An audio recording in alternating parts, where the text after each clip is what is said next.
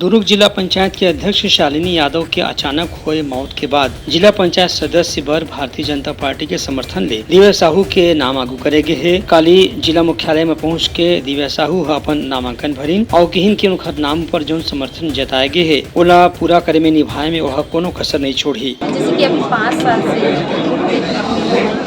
प्रधानमंत्री आवास योजना सबसे बड़ी मुद्दा जनता का वही है। मैं भी एक छोटी सी गांव से मुझे चयन किया, ये भी बहुत बड़ी बात है। मैं ज़मीन से जुड़ी हुई हूँ, छोटा छोटा शिकायत रहता है कि हमारा ये काम नहीं हुआ, हमारा सभी जनता की बात करें, इसी सब चीज़ मुद्दा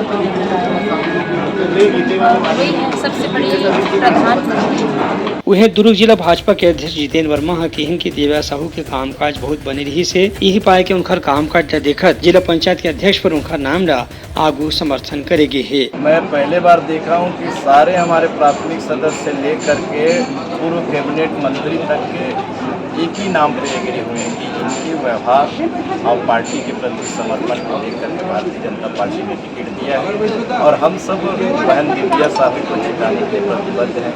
दिव्या साहू के नामांकन पत्र भरे के बेरा में दुर्ग जिला भाजपा के कतकोन कार्यकर्ता और पदाधिकारी में घलो समर्थन दे बर मौजूद रहीन। ब्यूरो रिपोर्ट उतलंघा न्यूज।